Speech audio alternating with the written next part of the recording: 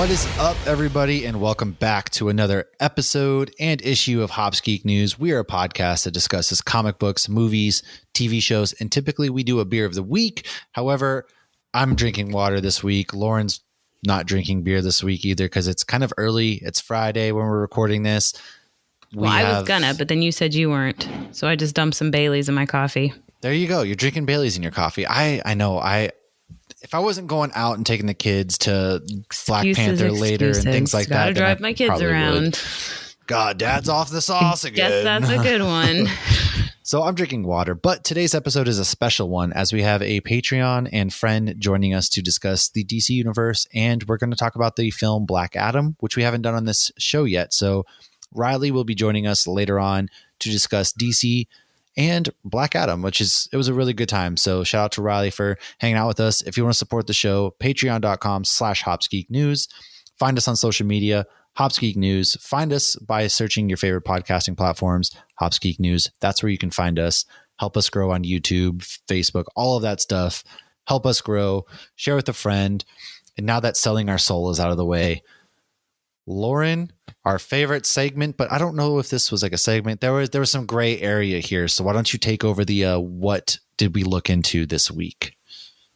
So I think it was Sean from Metal Corners. It was Sean, my boy. Love you. Okay. So he's always really good at calling us out, and usually we both laugh about it. So this time we were talking about the Hemsworth brothers last week, and we were talking about the forgotten Hemsworth brother, and we could not name his name. We were referring to Luke Hemsworth. He's the one that's in Westworld, and he's the one, which Westworld spoiler on news, canceled. Rightfully so. After the first season, I kind of went downhill anyways, probably because I had the forgotten Hemsworth. But we were not confusing him with Liam. Liam Hemsworth is the one who's taking over The Witcher. He's the one from Hunger Games. And I don't know of anything else that Liam Hemsworth is in. I'm more a Chris Hemsworth fan. So yeah, that was the name we could not remember, Luke. So it's Luke, Liam, and Chris. Yes. I'm assuming Chris is the middle one because I feel like he seems like a middle child. I could see that. I don't know. He's has definitely the most beautiful and remembered Hemsworth. That's for sure. I mean, he's Thor. Yeah. One of them dated I feel like Miley Cyrus. I think that's like Liam. The oldest, the middle, and the he was youngest. Actually married to Miley Cyrus. Ugh, poor guy. What? Liam Hemsworth? Yeah. Him and Miley Cyrus are married briefly, and then they got divorced, and then that whole thing. So Luke, you're probably like the only normal Hemsworth. I say that, and like, there's nothing wrong with being a movie star and not remembered when... Anyways, moving on. No, he's a good actor too. Like he's great in Westworld, and he's great at pretending to be Thor in the Thor movies. Yeah, see, I stand on this. I stand by it. He's not totally forgotten. He's just, he's the least known.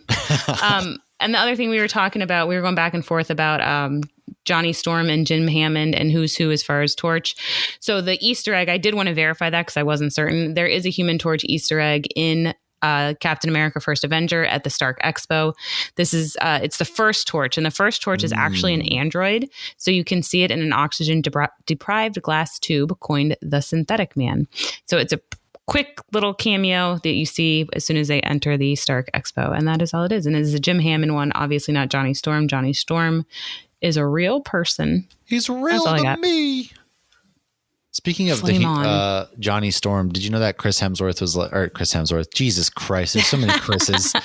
Chris Evans was talking about how he misses playing Captain America. We miss you too, buddy. We miss you too. So come back for Secret Wars. Come back for Secret Wars. We can reverse age. Come back. Isn't he the one didn't he want to leave? Like, this wasn't like, we're going to write you out. He wanted to. I get it. He wanted, and now he's been doing cool things, but you know what? Come back. We love you. We miss you. You will never hear this. Baby, come back. But come back. I feel like they aged him up too much in that end scene in Endgame. I feel like, because you get like Old Man Cap in the comic books, and like the Namor one I'm reading right now that just started, like Old Man Cap is in there, and he's still kicking ass. And Old Man Cap's in the Falcon one too. The way they aged him up, he literally looked like a regular dude who was old. He had like no muscles or anything. And it's just like, I feel like beefy, buff Captain America, even in old age, is still going to be yoked out of his mind. So it's kind of weird. Yeah, he would at least look like that old dude that still goes to the gym in the 80s. Hold up. But also, he doesn't age as fast. I got a thought. With Secret Wars coming, what if it was like not the real Cap. He just came, right? He came back or whatever. But what if along the way, Captain America was in fact trying to come back? I know we had the dancing scene with Peggy. Just roll with this. What if the Secret Wars and things, the real Captain America was kidnapped or something, and now he's being, body tortured swapped or something along those lines, and they could if he truly wanted to come back, they can spin it that way and then bring Captain America back, be like, no, that's not really me, you guys were all fooled to think I was gone into this old frail man. Kind of like when we thought he was a Nazi and said Hail Hydra in the comics. See, like they could write themselves out of this. Or he could be Captain America's son. Yeah. Or bring back the Peggy Carter show and have him in it, but he can't be Captain America. He has to pretend to be somebody else. Exactly. Like you could write yourself out of that box of, oh, he's done, he's old. If he truly wants to come back, that is how they could do it with Secret Wars coming up, and that would be freaking sick. Just put him in another multiverse. Yeah. I don't know. That's options. So that's Maybe he could what I have. in I don't know. What if you could be in the multiverse with Agents of S.H.I.E.L.D.? True. Bring back Coulson. There's a lot of things you can do now. The multiverse is open. Secret Wars is coming. Kang is coming. We're time traveling. We're doing all sorts of crazy things. You could very easily bring Captain America back. We should do an episode like the most. Well, before those come out, we'll do our ridiculous predictions. Because, okay, so there were some. Okay, I'm not even going to say anything else because I've seen Black Panther at this point and you haven't. So once you see that, we can do an end of episode talks because we've talked about some of these characters before and we can see what we were right, what we were totally wrong, what we were in between, and our thoughts on that. So, but it is sometimes funny when I'll go back and I'll be editing something or on YouTube or whatever, and I'll hear like a clip of us talking about a show that has since been on, and I'm like, wow, we were so wrong. We were so wrong about everything on here, and it's just, but every whatever. now and That's what makes it fun. Mephisto. But even a broken clock is right twice a day. Once in a while, folks. Once in a while. May this be the second time we are right. Who knows? Ever. However, what you've been reading or watching besides Black Panther, Wakanda Forever, which maybe we'll talk about next week because I haven't seen it yet. It's been out for like 12 hours, folks. I'm going tonight when I'm recording this. I'm taking my... I also saw Black Adam, but we're going to talk about that at the end of this episode. Superman and Lois, I've been watching more of that. And so they're in Bizarro World. I don't want to spoil it too much. It's on HBO Max. They're only on second season. I'm still loving it. Hasn't jumped the shark yet. So they're in Bizarro World and somebody made a Seinfeld Easter egg. And I thought that was hilarious. Anybody who's watched Seinfeld knows Jerry Seinfeld loves Superman. Yeah. Superman is in the background of like every episode. He has friends who are like his friends, but not his friends. And he calls them, it's Bizarro Jerry and Bizarro George. So I loved that. So many Superman Easter eggs in Seinfeld, and we got a Seinfeld Easter egg in Superman and Lois. But it's a lot of fun. I'm really liking this show. And then Andor, which Andor's been phenomenal. Oh my God. One Way Out. What a freaking episode that was. Yeah. I feel like a lot of people are waiting to binge it though. Yeah, it's a shame. Like this, in my personal opinion, this is probably the most heavy, the greatest that we have been given in the Star Wars universe. Like, yeah, I love Revenge of the Sith. Yes, I love all the Force and Jedi and Sith stuff. But from a human perspective, like this, the rebellion is being built. You feel the weight. I've said this, the same thing every episode. It's like you feel the weight of everything that's happening in this galaxy. Mon Mothma, she's trying to figure out how to fund the rebellion and has to sacrifice some of her values and things that she loves, such as maybe giving her daughter's hand in marriage to a guy's son. Spoilers. I'm like, yes, we're talking spoilers. Get over it. And then who has been notoriously hidden behind VFX and special effects and the same thing, stupid ass. Anyways, he's always been behind the scenes, but getting a real chance at acting. And that's to say, like, he's acted in some things, but we really got to see his chops in this episode, and particularly the last couple when they're in the prison there. And Narkina 5, or is it 4? Narkina 4 or 5? I think it's 5. I think it's 5. We'll get corrected later, but it's the power, like the people, they really start to believe in something. Cassian and the crew, they get out, and then prisoners, they give that speech, and Andy Serkis's character is giving that heavy, powerful speech, and then the prisoners and they're rushing, and then he gets to the end and he can't swim. He finally gets to be free Why, you're really totally spoiling this. He can't swim. Yeah, get over it. Here's the moral of the story. Everybody needs to learn how to swim. You never know what's going to happen when you might have to. You could be escaping a prison. And even in real life. I heard this is a tragic story, but there was some older guy that died during Hurricane Ian because their house got like totally freaking flooded and the ocean was like pulling him out to sea and he drowned and his wife survived because she knew how to swim. All right. Well, I didn't mean to bring us down. Heavy and depressing. I know. What's worse, me spoiling or you talking about old people drowning? Here's another not so fun fact. I think the number one cause of kids dying in Florida is drowning. So it's important. That learn is how the to biggest swim. fear of mine. But yeah, anyways, learn how to swim because on a happier note, it's just more fun to do in the summer and cool off. When the great climate wars come, you're going to need to swim in a cool lake eventually. So, oh gosh, it's going to be water world. Yes, but it's already water world over in Daytona right now on the east coast of Florida. It's a shit show. Hurricane season, baby. I thought hurricane season was over. It is not. No, it's not. It ends November 30th. Anyways, that's when they all get the notice to cease operations of making hurricanes. Yeah. Andor is great. Go watch it. And I don't really have much more to say than that. I haven't really watched anything else this week.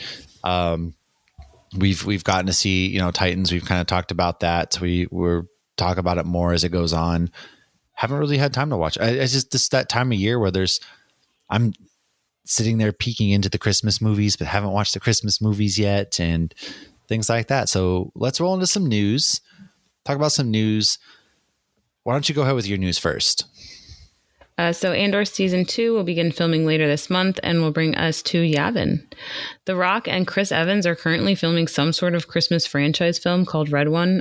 Didn't get any more info on that, but yeah, I saw oh my God, I am why do I podcast? Why do I do this? Because J.K. Simmons, I was about to say, I always forget people's names, but there was a picture of The Rock and J.K. Simmons was dressed as Santa Claus and he looked dope. And look, you put Chris Evans, The Rock, and J.K. Simmons together, I'm going to watch it. And especially if it's a Christmas movie or franchise or whatever it is.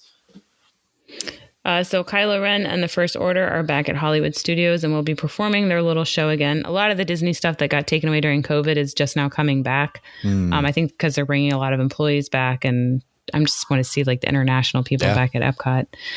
Star Wars, how do you say this one? The Acolyte? Yes, this is going to be insane. The cast is insane. This is going to be like a spy thriller in the Old Republic era with Jedi and Sith. So they've begun production. They have. It's going to be insane. If they give us Andor levels with this show, forget about it, kid. Forget about it.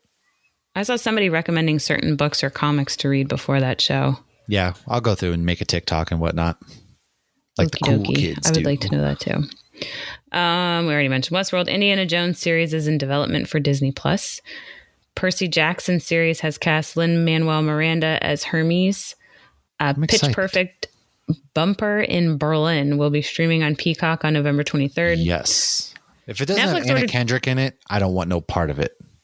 I don't know if it does. She wasn't in the trailer. It has the one dude from that's in Modern Family. Yes, and all the. He's in Workaholics. That's what I was thinking of. Workaholics. Yes, I might have dementia. I don't actually know. There might be some early onsets of dementia for me over here. It's because we're not drinking. Synapses connect quicker when you're drinking. That's true.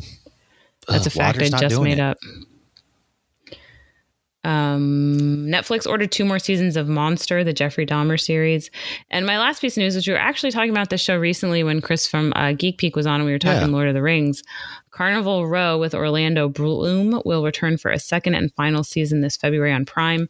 That's a show that had the fairies and stuff. Boy, Amazon takes their time making a second season. We're still waiting on Invincible. I thought this was on like its 4th season already. No, there was only 1 season. And I watched it a long time ago. Like when Chris mentioned that show, I was like, I had completely forgotten about it until he mentioned it. And I was like, oh, I remember. Well, it weren't too many episodes. So I feel like I watched it pretty quick. Yeah. So, I haven't watched it, but no. Interesting. Amazon, you're taking your sweet time. The Boys, it takes us for like a year and a half to get another season of The Boys. I know, but then it comes out and it's perfection and we forgive them. Exactly, but interesting. So, well, they're supposedly working on sideshow projects for The Boys too that we keep hearing about. But Gen V or whatever it was, and all these other side projects and things. G-Men. The G-Men. I don't remember what it was, but I know it was one of the other superhero groups from the comics. Yeah, they are. Did you also, speaking of Netflix, Chris Rock is going to be doing a stand-up, which will be the first ever live stand-up performance on Netflix. I didn't know he ever did stand-up ever. Chris Rock? You didn't know he did stand-up? Oh, Chris Rock. I'm thinking The Rock. We've spent the last hour and a half talking about The Rock. Oh my God, no. Yes, I'm very familiar. Chris Rock is hilarious. His stand-up is hilarious. Yeah, no, Chris Rock is going to be doing the first ever live Netflix. And then the last little bit of news before we roll over is a very sad day. As Kevin Conroy has passed away. He has been the voice of Batman for 30 plus years. You might have known him growing up with him on Batman, the animated series. He's been at Comic-Cons every year. He is Batman. He is the voice. And for a lot of people, this is where their nerd beginnings happen with Batman, the animated series. It holds true today. Like, Batman, the animated series is still an absolutely phenomenal series. Everybody should watch it if you haven't, Lauren. And it's one that when I was really struggling early in my 20s, like, this was a show that I would put on as my comfort show to kind of like help me drown out whatever was going on in my life at the time. And so to hear that he passed away, it kind of sucks. That one hits hard. I don't really, celebrity deaths hit or miss, but this one's like, he was only 66 years old. And that's not old at all when you're looking at today's day and age, when there's people living to 100 and 66, you still have a long time ahead of you. So it's pretty sad. Nobody knows really what happened, just that he passed away. And yeah, it's pretty bittersweet having such an icon that you'll never get to really hear him say, "I'm Batman" ever again. And his version of Batman for many is the standard. And without a doubt, nobody will ever voice the character as well as Kevin Conroy ever did. So rest in peace to him. And moving on from that, let's roll into some happy topics. We're talking a lot about death this first half of the episode. A lot of sad things, mainly Lauren over there. Maybe she's got, you okay? Do you need someone to talk to? You good? Oh, okay. I was just listening. But I didn't want to interrupt. You were doing like a very sweet tribute to the guy. Yeah. Well, you're talking about old people drowning, all that kind of stuff. Just making sure you're good over there. I said that before. That was just a warning. Learn to swim. No, it's been nonstop hurricane coverage here too. And like, there's literally, so Ian hit at the end of September and did some major devastation to the coasts. But then Nicole hit yesterday, and what happened was Ian destroyed a lot of the dunes, which are natural protection for a lot of the houses on the beach. And there are houses, you can like YouTube it, that have literally like fallen into the ocean. I've seen pictures and videos of like pools hanging out over like a beach because they're only being held up by poles. Like, I mean, houses are literally falling into the ocean. Yeah. And there wasn't much warning. Like, sometimes you don't get much warning, or sometimes you don't realize how much damage these things are going to. It's like my goal in life is to live on the beach, and every time we have a hurricane, I'm like, oh, I'm glad we're inland. Well, I'm glad. Yeah, I mean, well, it's scary to live on the beach now. But whether you're in a superhero movie or real life, just learn to swim, and also go snorkeling because it's fun. Learn to swim. Tell your loved ones that you love them, and from there, we're going to move on to our main topic, which is the DC universe and Black Adam. So we'll be back in just a moment. Thanks for listening. And what's up, everybody? Welcome back. As we talked about earlier, we are going to talk about our favorite things from the DC universe in the past decade, our favorite movie, TV show, best CW show, HBO Max show, all of that good stuff. We're going to talk a little DC. We're going to talk some Black Adam and Shazam origins. And we're going to talk about the movie Black Adam, because we haven't done that on this show yet. And of course, we're joined by our good friend of the show, Riley. Welcome to the show, my dude. I'm glad that you're here joining us to talk about some fun things. What's up? You ready? We're going to do this. So first things first, let's talk about our best DC show in the past decade. We'll start with you, Riley. What was your favorite show in the past? What DC show do you vibe with the most? I mean, I grew up watching, but I think it's got to be like the CW Flash. Yeah. Just that molded my whole character. It's just, I don't know about it recently. I stopped watching it a while ago, but Me too. I was about to ask that. I think a lot of people did. It's okay. Me too. I haven't seen it since like season 5 or 6, but you know what? Those first few seasons were peak television.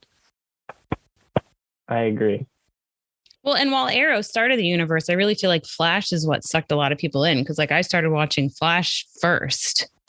So I feel like, I don't know why it was more popular, maybe because it wasn't as dark and it was more family friendly, so to speak. So it got a younger audience in. But I mean, yeah, we wouldn't have any of these CW shows today, I feel like, if it weren't for Grant Gustin. Yeah.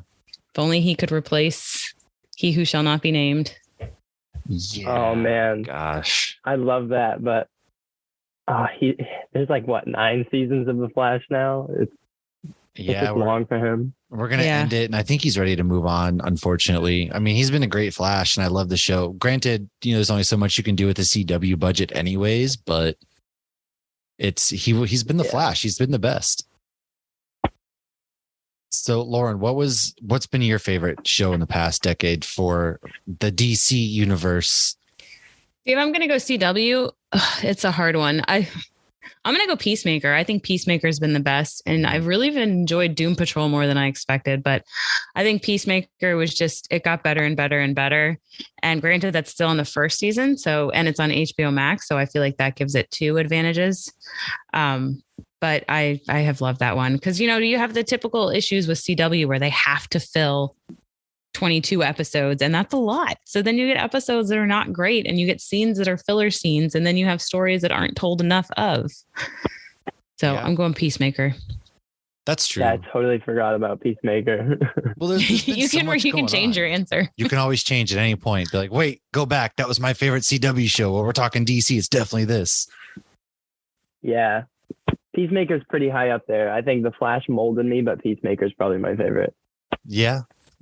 That's definitely I like that. Yeah. I like that. Yeah. Now if Titans actually finished as strong as all of their seasons start out, then I would easily say Titans.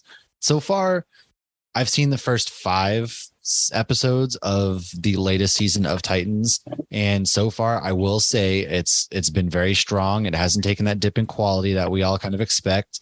I am going to watch episode 6 here shortly to review, but I want to say them, but I would go Peacemaker as well, just from start to finish. What John Cena did, what James Gunn did.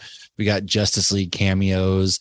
We got that blend of comedy, humor, things of that nature, and then also being pretty serious at times. It gave us some serious John Cena acting chops. So mine would be Peacemaker as well.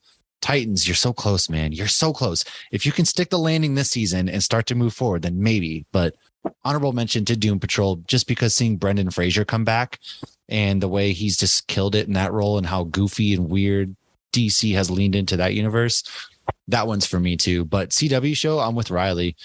My favorite CW show was definitely The Flash. He's my favorite character. And, as soon as they brought Barry Allen into that episode of Arrow, and you're like, oh, it's happening. We're moving from Arrow to this. And then all the crossovers that they've done. The first season of Flash was like truly, absolutely just peak television with Tom Cavanaugh in there. And he was the whole time Reverse Flash and just everything that went in behind that. And it was a great story. It's very emotional. So Flash for me is definitely my favorite CW show. But Legends of Tomorrow also gets an honorable mention in that realm for me, because Legends was very consistently strong.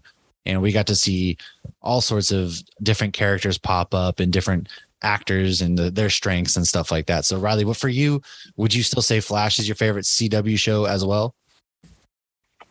Yes, because The Flash was like really the only one that I watched throughout until like it kind of fell off. But I watched like the first couple of seasons of Arrow, and Legends of Tomorrow, but I don't know. The Flash is just the best for me too. Yeah. Legends got better, but I felt like season 1, it was like, this is where all the CW DC characters go to die. Like it's all the people that couldn't act and they just threw them in a show together. I was like, what the hell? Other than Rory. I always liked Rory. But then they pulled it together and like, I think one of the things that made Legends so great was that they made fun of themselves, and it had a lot of like meta stuff in it. And so they were able to do the things that like Oliver Queen took himself too seriously to do. So, but that's another one. Like I do intend on finishing all these shows. I don't know. It's just, there's too many good shows. You got to prioritize right now. Yeah. No, that's there is, and that we're in that golden age of television, so to speak, too, where there's just so much good stuff that's out there, and it's how do I pick and choose? Like, what do I do? So, I agree there. What about for you guys? What is your favorite movie as far as DC goes in the past? You know, I'll say 13 years because Man of Steel technically came out like 13 years ago. So I'm going to go ahead. We can include that one as well. I'm going first Wonder Woman, and I'm pretending the second one didn't happen. It didn't. We all know it. It didn't happen. I honestly felt like when I saw Wonder Woman, like it was such a great story from beginning to end. And it seemed like they had a good balance of comedy, action, heart, and storytelling, which I feel like DC tries to do and doesn't always do it very well. Yeah. I think they did a good job with Black Adam too, which we'll talk spoilers at the end of this episode. But I loved it so much. And I think that's why I hated Wonder Woman 2 even more, because I had such high expectations and it just punched me right in the face with love. It was so bad. Yeah. What about you? I expected more from Pedro Pascal too. So we're talking DC movies all the way back to 13 years ago. I think Wonder Woman's pretty high up there for me, but the new Suicide Squad movie is probably the best, in my opinion. It was just like, I watched that movie a solid 3 times, even though it was so long. I love that movie so much. See, I'm with you. I think that might have been mine as well, just because coming off the heels of the first Suicide Squad movie by David Ayer, which wasn't very good, but I thought what James Gunn did with this, and we had John Cena again as Peacemaker playing some really good roles, and they brought Rick Flag back, and we had Sylvester Stallone as King Shark and all that kind of stuff. And they really surprised us in the beginning of that movie where they killed off half the Suicide Squad and then really made it about these characters. And so I'm 100% with you. Yeah. I love that they made us care about like characters that aren't necessarily like A tier. Right. That was so cool. And they were brutal, and they didn't just say, oh, the first Suicide Squad never happened. Like they made fun of it a little bit. And yeah. It was dope. I do like that. That was easily for sure. And it kind of put DC, and now we have James Gunn after that kind of has been tapped to run, the DC universe. So a lot of good things going on. And Lauren, what do you got next? What more do we have? Okay. So then I wanted, excuse me, to talk about, I'm dying. Yes. This connected universe. Now that we have, if you saw Black Adam and Peacemaker, and we're seeing all these crossovers, but it also gets a little confusing at times. So I wanted to go over what all is part of this new specific universe. Obviously, everything's been connected. If you watched Arrowverse or any of that stuff and you saw Crisis on Infinite Earths, they literally, I know I've said this before, and I'm going to share the clip on our socials when this episode comes out, because if you did not watch that, just watching the clip of getting to see Doom Patrol and Titans and Tom Welling from Smallville, like that was so fun. They even incorporated like the Adam West Batman. Like it was so fun to see all these connected, but now seems like we're focusing on this Henry Cavill Superman, and I guess Ben Affleck is our Batman, whether some of us like it or not. And, Jason Momoa is Aquaman. And so I kind of wanted to go over those movies. I think it starts with Man of Steel, right? It does. Yes. It does start with Man of Steel. And then from there, we kind of go on to Batman v Superman. Versus Superman. Batman v Superman was kind of supposed to be the sequel to Man of Steel in a way. And then, of course, Justice League and all of that good stuff. So, yeah. So we have Man of Steel, Batman vs Superman, Justice League, Suicide Squad 1 and 2, Wonder Woman 1 and 2, which are we pretending 2 didn't happen? We can't just forget that happened. Unfortunately we can't. Okay. But you know, can't make a wish and have it come true. That it unfortunately, never no. There's some good things about that movie. We can't just ignore it. I mean, Okay, Kristen Wiig's makeup was good. There is some good things.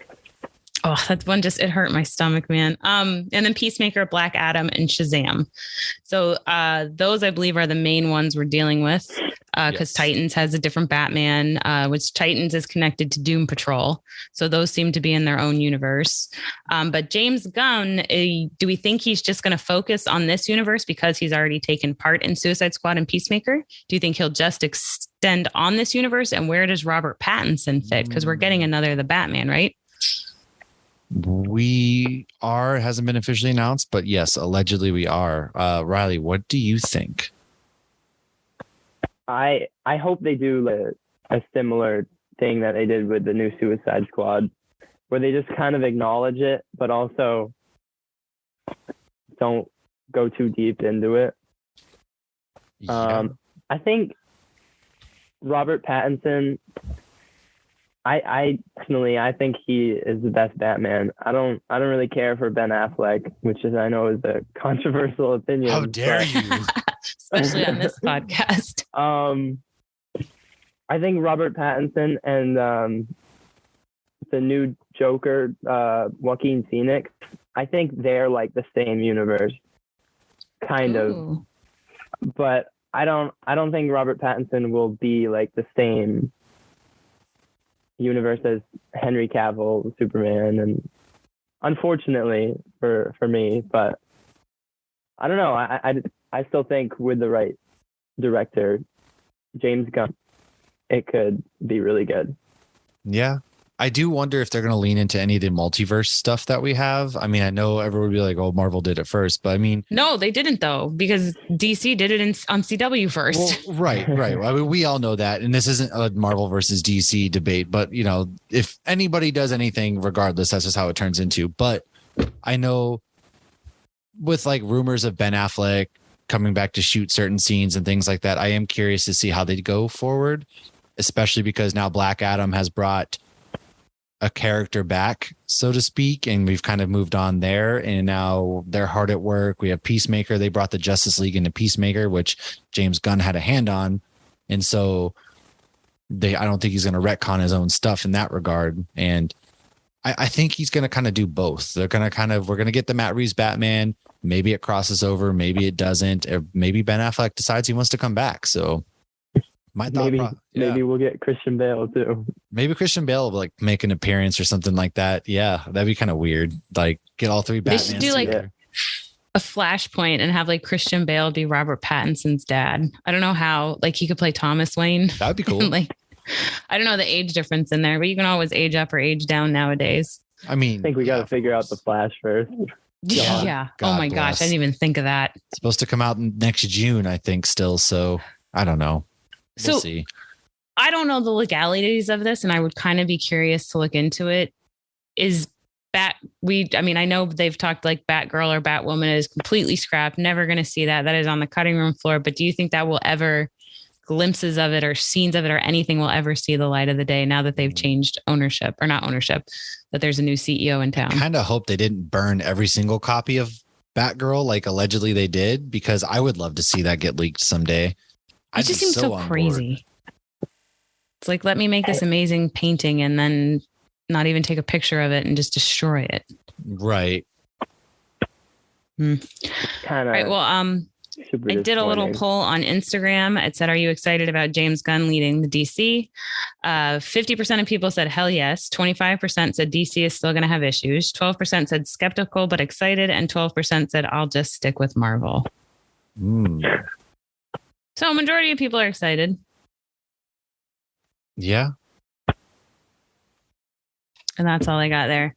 Anything more general before we go into some Black Adam and Shazam origin?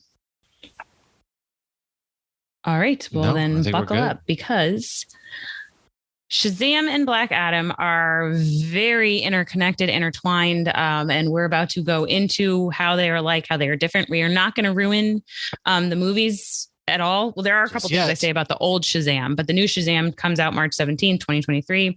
And Black Adam just came out last month. So if you haven't seen that yet, we won't do spoilers for the movie until the end. But I do make a couple references to that happened in the first Shazam movie, which I need to rewatch that movie before the next one comes out. All right. So both these characters say Shazam. So why the hell do both these characters say Shazam? Shazam is actually an acronym that stands for a group of gods or heroes. For Billy Batson, who is the character we know, Shazam, Flynn Rider, Zachary Levi. I always forget his real name and just want to call him Flynn Rider. For Billy Batson, the gods are Greek and Roman. And so S is for Solomon for wisdom. H is for Hercules for strength. A is for Atlas for stamina. Z is for Zeus for power. A, Achilles for courage. And M, Mercury for speed. So he basically gets these powers that these gods have when he says Shazam. So when Billy Batson, who is a child, says Shazam, he gets powers from each of these gods. Black Adam, however, gets his powers from Egyptian gods / heroes. For Teth Adam, his powers come from S, Shu for stamina, H, Hera for swiftness, A, Amon for strength, Z, Zehuti for wisdom, A, Aton for power, and M, Mihen for courage. I should have had Matt say those because I probably butchered them. Yeah, I'm always awful at names. So, hey, you did great. Great job. Thanks. That's the best we could have done. All right. Shazam was created by Bill Parker and artist C.C. Beck and first appeared in Fawcett Comics, Whiz Comics #2 in February 1940. So this was not originally DC. He was inspired by the success, ironically, of DC's Superman. In the 40s, Shazam, then known as Captain Marvel, was more popular and outsold Superman comics. Ooh, that's right. He did. So the basic story of his first appearance is similar to the movie, actually, where Billy, who is a 12-year-old orphan, is lured into an abandoned subway station, which is pretty creepy if you ask me. But hey, you know what? You say lured and I think pedophile. Well, that's what I'm saying. Like, he was lured into a subway station by this magical being. Hey, kid, you want some magical powers? Yeah, right. And so he's lured in there. A magical subway car transports him to the Rock of Eternity, the magical lair of an ancient wizard named Shazam. By saying Shazam, a bolt of magic lightning transforms Billy into Captain Marvel, or Shazam, depending on how you want to know him, a superpowered adult dressed as a superhero with a lightning bolt on his chest. He's then given a mission to fight as a champion for good by the wizard, who promptly dies, but eventually does return because in comics, nobody ever stays dead. And Whiz Comics, issue #2, introduced Captain Marvel's evil arch enemy, Dr. Thaddeus Sivana, who was the villain in the first movie, actually. And I actually liked him as a villain. I thought he was really cool. And I forget the actor's name off the top of my head because I'm dumb and Lauren's muted and trying to say words. But what do you got? Oh, then you didn't hear my Uncle Ben. Uncle Ben stays dead. Ah, well, that's true. He does. And then later, DC acquires the rights to Shazam and Black Adam, which Black Adam, or also known as Teth Adam, was created by Otto Binder or Binder, whichever one. I know, I'm illiterate, and C.C. Beck. And it first appeared in the debut issue of Fawcett Comics, the Marvel Family comic book, in December of 1945. As they both started at Fawcett and came to DC, Black Adam and Captain Marvel and the Marvel family, aka the Shazam family, which is the group of superheroes who we see in the movie, they fought each other for decades. In fact, almost 80 years worth of fighting. In recent years, however, Black Adam has been written more as an anti-hero rather than a supervillain. And this is more of what we saw in the movie. I can't wait to get into that because did we see more of that in the movie? I don't actually know. I feel like we did, but yeah, I guess that's up for interpretation. Yeah. Okay. So a bit of Teth Adams' origin, because honestly, after I saw the movie, I was like, I need to know more about this guy. So some of his origins with Shazam / Batson sprinkled in here. So they're, again, like I said, they're very intertwined. The history begins circa 1100 BC. The actual Shazam became a high priest to the pharaoh Tut III of Egypt. So the actual Shazam is not Billy Batson. It's not the child. Shazam is the wizard who basically anoints them powers, which I feel like can get very confusing because we call him Shazam. So Teth Adam of Kondak, he was a young prince and son of Ramses, impressed the wizard, and the wizard felt he was a very fair and decent person. But before Shazam could bestow his powers, his daughter Blaze made a deal with the god Set. Then when Teth Adam spoke the name Shazam, instead of gaining the wizard's powers, he got the Egyptian powers that we had mentioned before. So even though Seth Adam says Shazam, he does not draw power from Shazam the wizard. Teth Adam served Egypt for many years, but this duty drew him away from his family. And while he was away, the mad priest Octon ravaged Kondak and killed Adam's family. The priest was powered by the Orb the Ra. Adam could not apprehend Octon, so he entombed his family and returned to the court of Ramses. That would be a terrible way to die. Yes, a disparaged Adam continued to serve in Ramses' court and allied himself with Prince Khufu, later known as Hawkman. At this time, he met 3 travelers from the future, Hawkgirl being one of them, Mr. Terrific, and Captain Marvel, who is Shazam. See how this is confusing? There's just a lot going on, okay? So Adam felt relieved that his legacy would continue through Marvel. Captain Marvel being Shazam. Part of also, it's clearly also legalities, because if we could just call him Captain Marvel, it would make it less confusing when just referring to DC, but we'll go into some of the legalities in a minute. So Adam felt relieved that his legacy would continue through Marvel. Then, with the help of these visitors and the wizard Naboo, Adam was able to capture Octon, who he killed as retribution for murdering Adam's family. Revenge is not the Jedi way. It is not. Would you like to tell us what happened when Adam returned to Kondak, which I'm probably not saying right? He returned to Kondak and forcefully overthrew the government that was there and appointed himself as the ruler. The wizard Shazam was made aware of these events and, thinking that Adam had been corrupted by Blaze, unleashed a powerful spell, trapping Adam's soul and powers within a powerful scarab, rendering Adam's depowered body, now several hundred years old, into a withered corpse. Shazam buries both the body and the scarab in the tomb of Ramses II, where he had planned for it to remain for all eternity.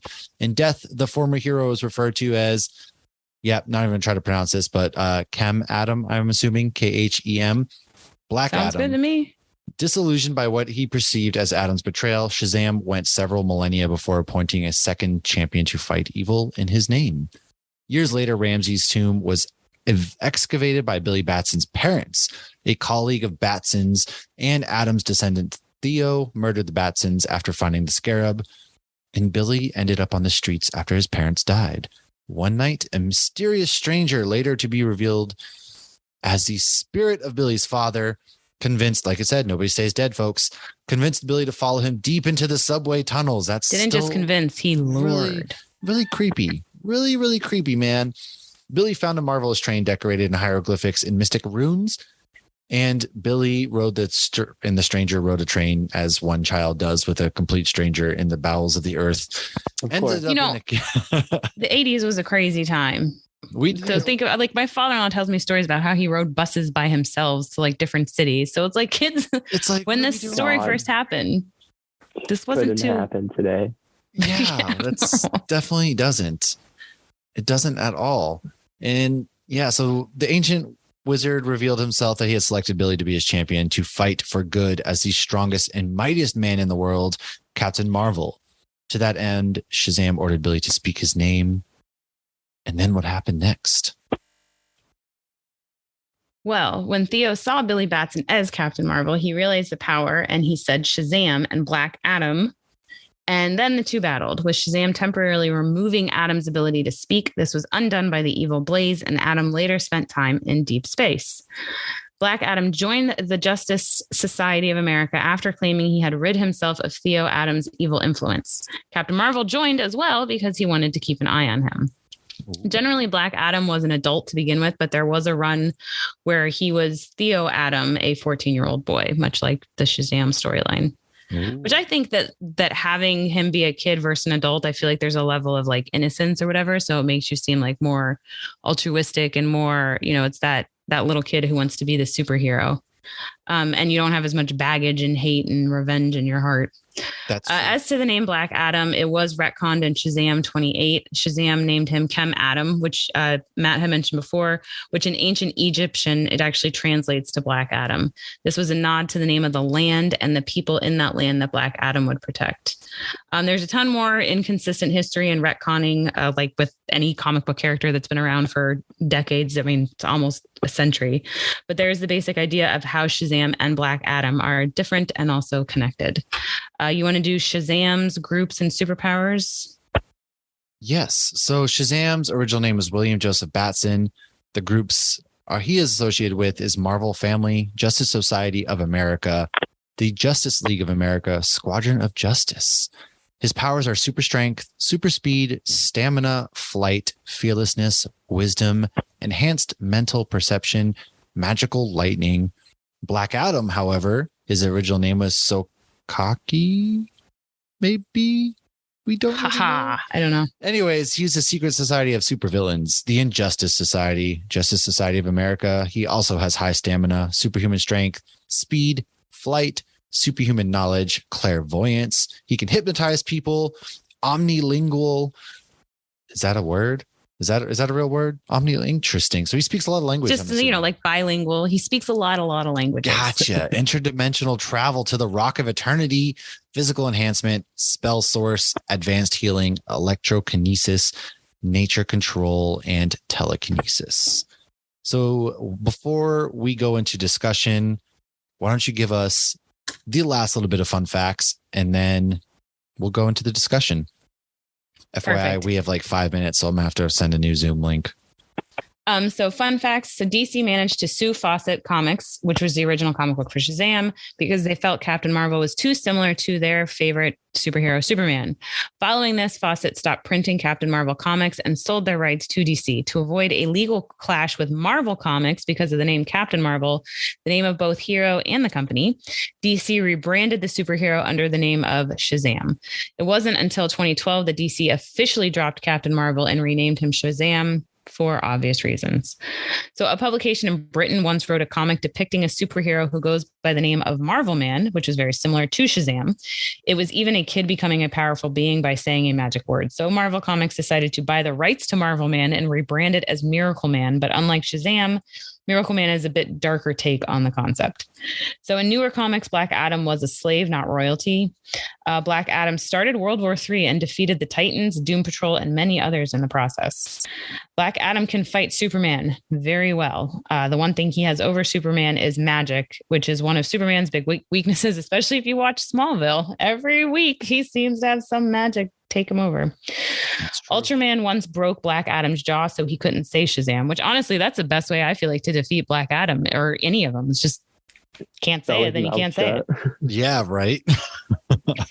On an expedition to bringing his wife back to life, Isis, he killed one of his men and ate him because he was hungry. So he can go hardcore. Reasonable. I feel like he's like a Raven, not a Ravenclaw, a Slytherin. He's just going to get the job done. So Adam has fought alongside the Suicide Squad before. His real slogan, which we do get a catchphrase in the movie, his real slogan is kneel at his feet or get crushed by his boot. So when DC first got Shazam, they created a separate Earth for him and his characters because he was too similar to Superman. But after Crisis on Infinite Earths, the Shazam character was actually brought into the main DC universe. Stargirl once had a crush on Shazam, and the Justice Society was getting concerned because of the age difference. So Billy had to reveal his true identity, that he is just a child, and then she felt awkward. And my last fun fact is Billy has a tiger friend that was a stuffed animal once that came to life that only him and his friends can see. Interesting. Well, we will be right back to discuss Black Adam, the film. All right, my dudes. Well, let's chat about Black Adam, shall we? Riley, starting with you, man. What were your initial thoughts and things when you saw this film? So I thought it was pretty cool. Definitely was weird seeing like The Rock play like a superhero villain type character, but I get it. I'm not surprised by it. But I thought the movie was pretty good. It wasn't like the best movie we've had or we've seen, but I was very happy with it, and the Justice Society was a really nice addition to the DC universe, and I'm glad it was included. Yeah.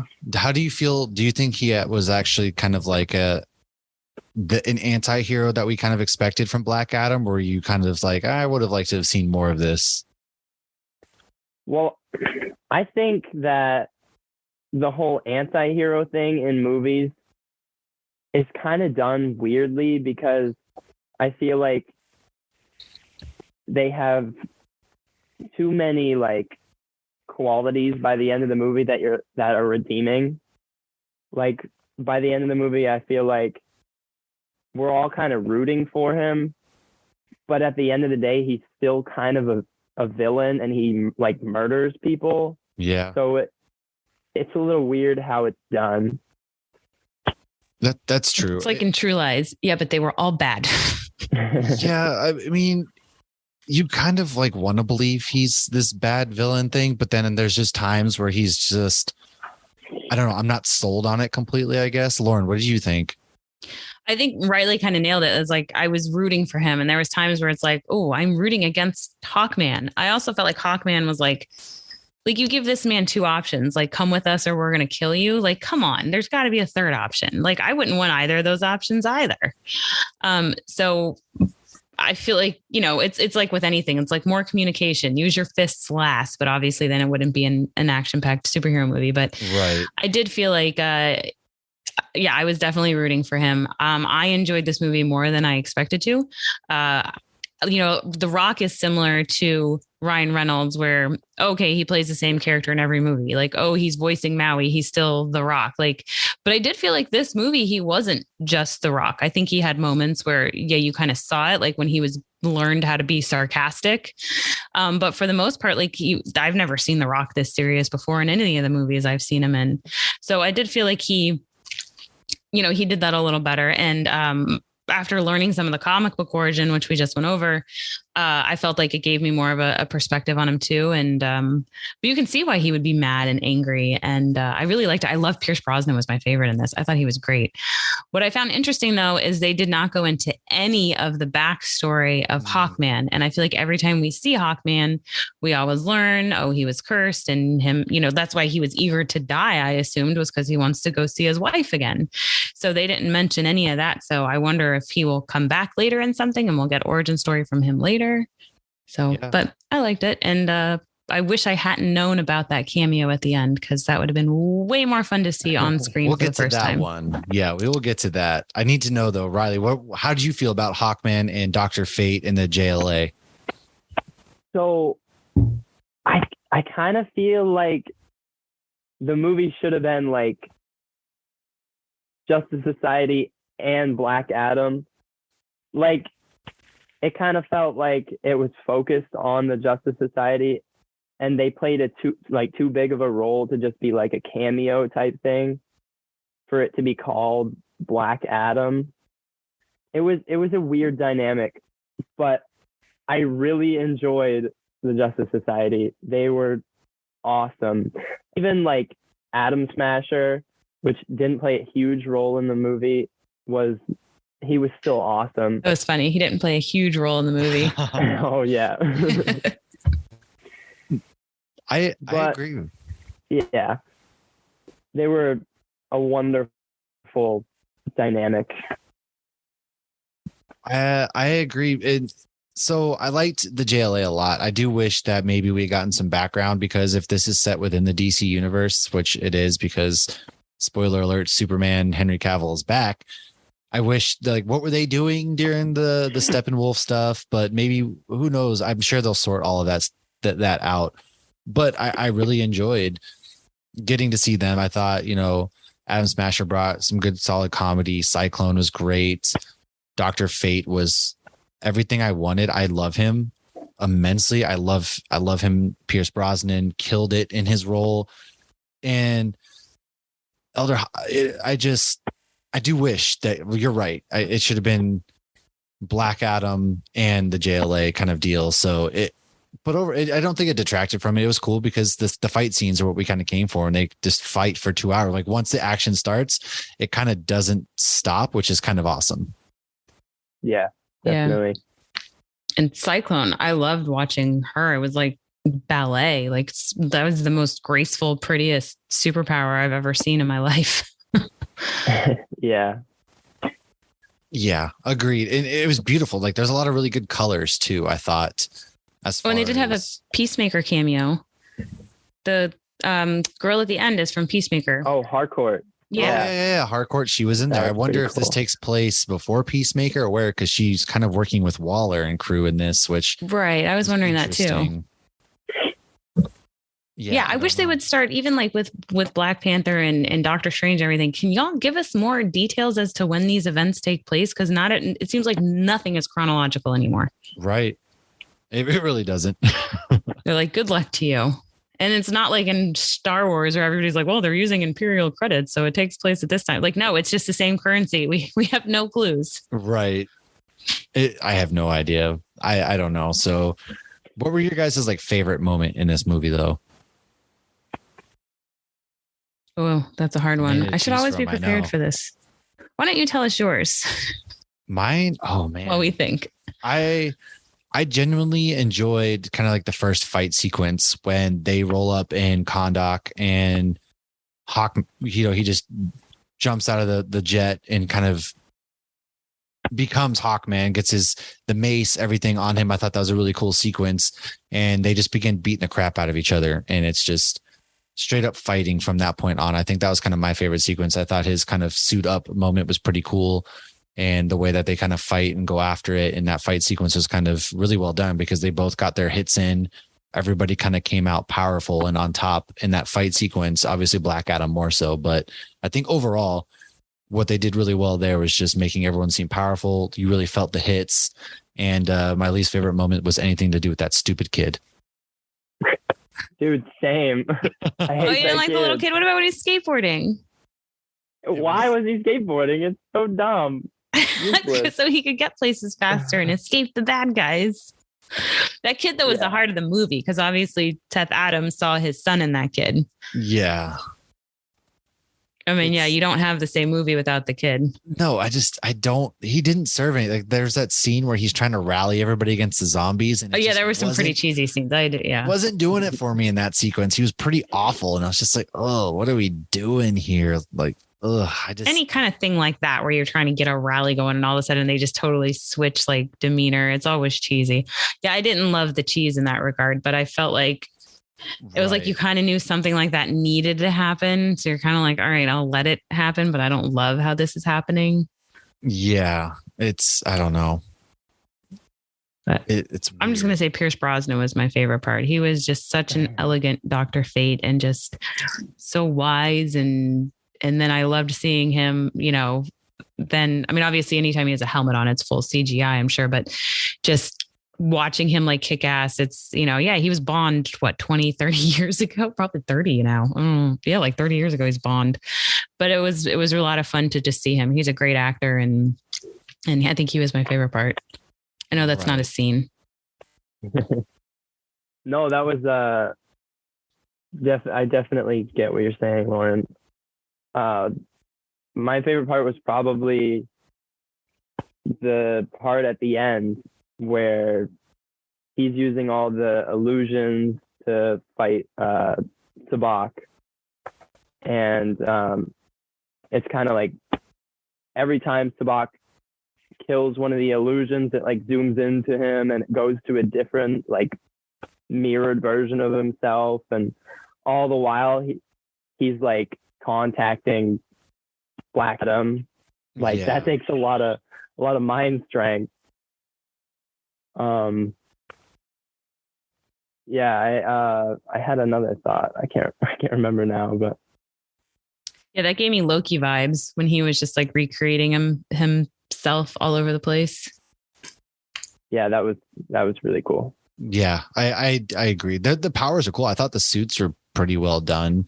Everything was visually kind of beautiful. I felt the CGI nothing about the CGI was kind of like, oh, this CGI is weird. And there was that one scene where it was a fishbowl of the Black Adam, turned into a meme now. Wait, which scene? Where he was flying and had like that fishbowl, and it's like, it was weird. He had a fishbowl? Yeah. Not like an actual fishbowl, like a fisheye effect on his head. Oh, okay. I'm like, I have no way. I'm thinking like Dr. Fate's helmet or Mysterio or something. I'm like, what? All right. Yeah. I wasn't there. I have to go see these memes. Yeah, it's weird. It was super weird, but I thought overall though it was good. There were parts it should have ended too when they get Black Adam, they kind of put him to sleep and everything, like they get him to say Shazam and all of that stuff.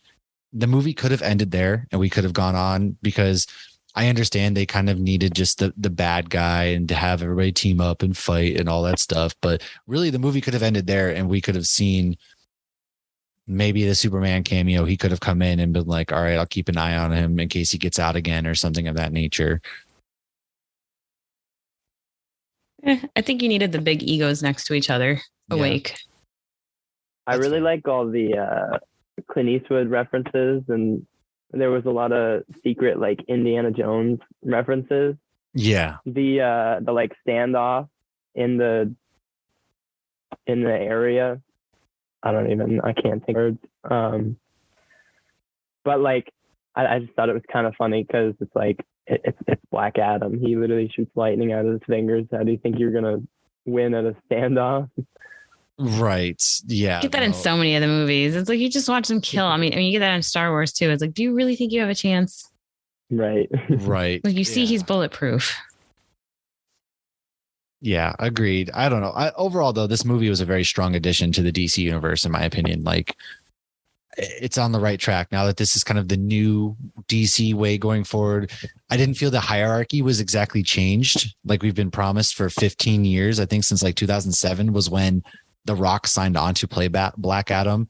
And every year the hierarchy is going to change. The hierarchy is going to change. Like, he's been cast as Black Adam longer than the MCU has been an actual thing. And at no point was I like, yep, this just changed comic book movies forever for me. It never once felt that way. No. But it's nice that they finally introduced a character that a lot of people didn't know about. Right. So, and that's what, people have been asking for DC to do for years. Like, we don't need another Superman or Batman. So it's good. Yeah, agreed. Is there anything else you really want to say about this movie?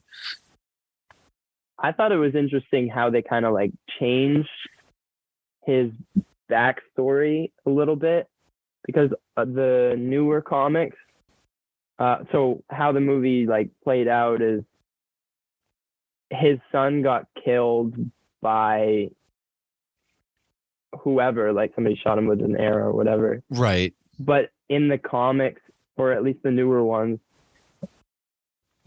Black Adam kills his own nephew. His nephew gives him the powers, and then he just straight up murders him.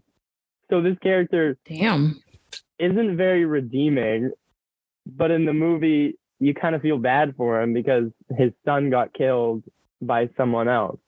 Right. So I thought that was interesting. Obviously, I get why they did it, but it's the whole anti-hero argument again. I definitely agree. The fact that Black Adam, like, his whole thing is like he wants to rule the world at one point. That's why him and Shazam fight. That's why him and Superman in the Justice League fight. It's like he wants to rule and he's a ruler. Whereas at the end, he smashes the throne and he's like, no, these people need a protector. And like, that's not Black Adam. Black Adam's an asshole. He serves himself. He kind of does, like, he does his own thing. He's not over here like they need a protector, a watchful knight, a Black Adam, if you will. It's like, no, that's not him. And so but of course it's The Rock. So maybe he'll lean into that as we go on in the future, but I won't hold my breath, I guess. He's definitely not somebody to be fully trusted. No. He kind of does his own thing. I think the post-credit scene kind of turns him back into the villain, just because he's kind of like an asshole to Amanda Waller, and I mean, Amanda Waller's not a good person either, but no, she's a terrible person. But to go against Superman, I mean, you automatically know that's the bad guy, right? Yeah, and it kind of sucks, Ben Affleck, and the fact that the only thing that sucks to me is they kind of don't mention Shazam at all. Like, the kid's room doesn't have any Shazam stuff on it. The Rock seems very anti-Shazam. He's just solely focused on Superman. Like, that's cool and all, but like Shazam's like biggest villain, and we haven't heard anything about Shazam and Black Adam together at all. Right. Like, I think this was more a Black Adam's origin story, though. I think when the Shazam movie comes out, I think we will, or I'll be surprised if we don't. Yeah, that's maybe. I think they're gonna have them like separate a longer than we think, though, which is unfortunate. Yeah, but I still enjoyed the movie. No, I definitely agree. I enjoyed the movie, and just overall though, I wish that he would hype up the Shazam Black Adam fight more so than Superman. Like, Superman has his own villains. Shazam is now about to have a second movie, and you don't even acknowledge that, but it is what it is. Do you guys have any final thoughts? He can't even get his nose right. That's true. Nothing. Do you guys have any final thoughts before we wrap up this episode? Nope. I think that covers it. Well, Riley, do you have anything that you want to share? You want to plug? Where can people find you, man? I really appreciate you coming on, taking the time to hang out with us. It was a lot of fun. We'd love to have you back in the future. Just anything you want people to know about you or anything like that. I don't really have much going on. I guess follow me on Twitter. But I'd love to come back on, and I appreciate you guys having me on. This has been, you guys have been one of my favorite podcasts for a little bit now, and it's kind of surreal. Hey, thanks, man. This is your first podcast appearance too. This is the first time you've ever done a podcast, so it's kind of awesome. And I know you were talking about like this. I've never done one before, but now that you have, you're an official professional podcaster now. You've been deemed. You're in the circle, man. Feels great. In the circle. You made it. All of us circle out there. Now you're going to have professional podcast promoters out there being like, hey, pay me $50 and I will promote your podcast. Promote it on. But no, we sincerely, we appreciate all the support that you have done for us. This is something that we love doing. And so hearing people actually enjoy it means a lot. And actually getting to sit down and chat with you and hang out and nerd out a bit was a lot of fun. So really hope to have you back on. We'll plan out something else. Maybe we'll get back on for the release of Shazam to kind of continue this conversation. March 17th. Because March is a stacked month for movies and Shazam will be out. So love to have you back. As for everybody else. Or May, Star Wars month. That's true. Look, we got all these. There's not just one option. We got plenty. Yes, indeed. So make sure you guys just follow us, share with a friend. And next week, Lauren, do you know what we're doing next week? Because I never do. Nope. I might, next week but is I don't Thanksgiving, know. So we're probably going to be doing a Thanksgiving movie to be determined, potentially with a special guest as well. All that stuff is to be determined because, look, I'm like Dom Toretto. I live my life a quarter mile at a time or one podcast episode at a time. Every time I say what we're doing the next week, we end up having a scheduling conflict or another hurricane hits Florida or something happens. That's also true. And so I'm done. Everything's going to have to be a surprise from now on. We will be doing a lot of Christmas ones soon. We will be. We're gearing up. Christmas starts December, and it's already not Christmas in my household because my wife will let me. But in my mind, in my heart, in the outside weather, it's Christmas time. So I'm not his wife, but in my house, I can put up Christmas stuff. Is what I'm saying. My overlord has deemed it's not appropriate until Thanksgiving Day. So until then, everybody, let us know what you want to hear, what you want to see, and we will see you next week. Cheers, my dudes.